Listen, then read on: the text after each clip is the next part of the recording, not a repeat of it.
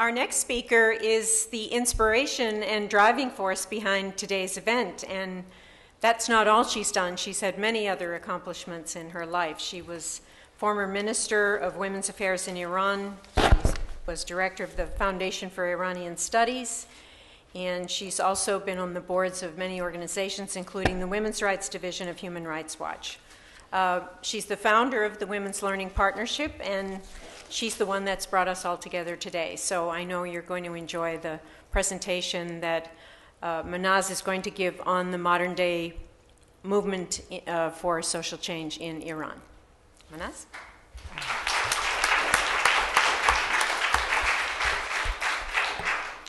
Thank you all for your patient and attentive presence here.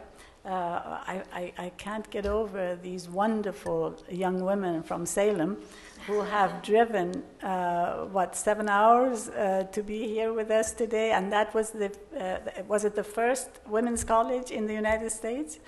And here they are.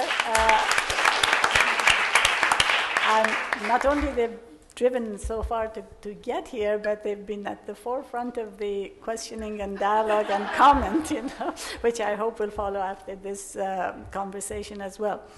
It's not easy for me ever to follow the charismatic Marian Edelman, my mentor actually, and but especially today when she has been putting forth the very difficult and challenging and oppressive situation that we're facing all over the world, and very specifically in this country, which one had hoped and does still hope that would be an inspiration for the rest of the world.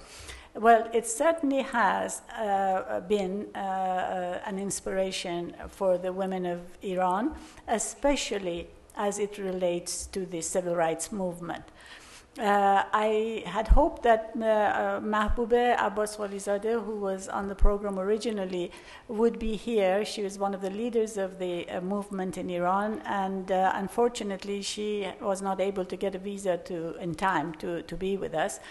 She is, of course, one of a number of women activists. Almost everybody who was involved in the founding of the 1 million signatures for reform of discriminatory laws in Iran, about which we'll speak today, almost every one of them has been in jail, has been tortured, harassed, and most recently, after the big demonstrations following the fraudulent elections last year, there's been an attempt by the government to pressure the women even more, put them in a position where they get tried for trumped-up charges, and then they get these long sentences, and they're put in a position that either they have to leave the country or go to jail. And so a whole large number of them, of Iranian women activists, are either in camps in Iraq or Turkey, or all over the world.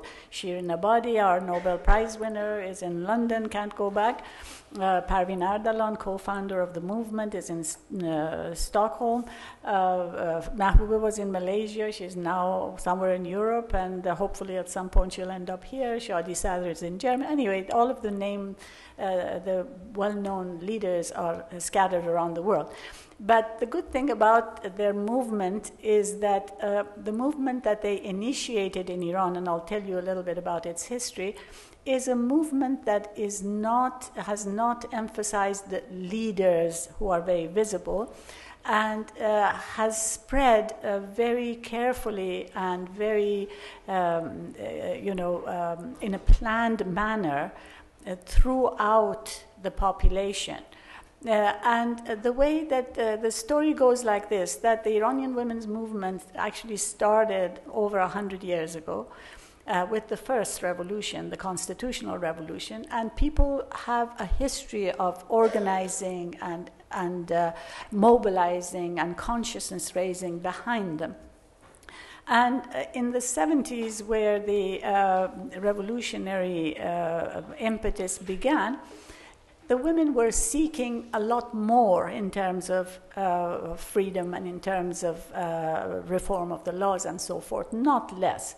They were already one of the more advanced in the entire region, so far as family laws, so far as their role in politics, in every aspect of life, in academics and so forth. So they wanted more, but unfortunately they got a whole bunch less. And what happened was, right after the revolution, the first thing that Mr. Khomeini did, and this was in February 1979, was before there was a government, before there was a constitution even, the first thing he did, he nullified all the positive laws having to do with women. But also, on the other hand, the very first group that demonstrated against him 1 month later, on March 8th, were women. But of course, they were beaten and harassed, and the force was such that they were really quieted down. But they wouldn't be, they just couldn't be. Marion knows better than anyone that once consciousness is raised, once people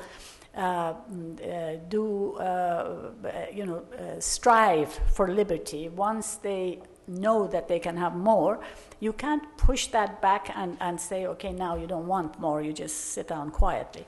So even though there was all this pressure on them, even though they were forced to veil, even though if they had lipstick on they might get beaten or flogged, or if they pushed their scarf back a little bit over their heads, they said that the hair from the woman's head will excite men to insanity. And we've never found out who these men are who are so excitable. But it's one of the myths of the Islamic Republic. But anyway, not in order to excite the men, they are forced to do this, and they do constantly try to excite the men. So in any case, there is this battle going on between the government and the women, because the women are modern, they are well educated. 60% of the university population is women. They're almost always at top of the classes. The first few people who are the highest grades are always women, almost always women. And they are active in anything that doesn't have to do with the government, in literature, in business, and everything else. Of course, they have also now been allowed to be, at least as a token, in government as well. So what happened in effect was that in 2005, these formations of women, these groups of women who were working together outside of the public sphere, because they're not allowed to congregate in public, these people began forming a group that later became the Campaign for the Reform of the Laws. What they did is that they set a goal of gathering 1 million signatures in support of reforming these laws. And these laws are things that allow polygamy, that they take away the right of the woman to travel, to get a job without permission, to get married without permission. Even if you're 60 years old and you want to get married, somebody has to give you permission, some man.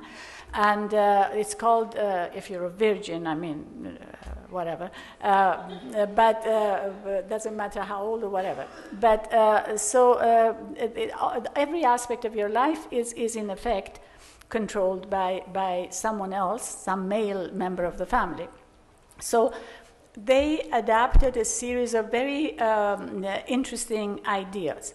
I must say that some of these ideas came through a connection that WLP provided for 10 of the top activists in Iran by inviting them to an institute on participatory leadership in Bangkok, Thailand in 2005, where we put them in contact with our Moroccan partners who had also been working on reform of laws. And you know, Morocco being a sort of a sister country in terms of culture and context, the strategies that they used were very useful for the Iranians as well.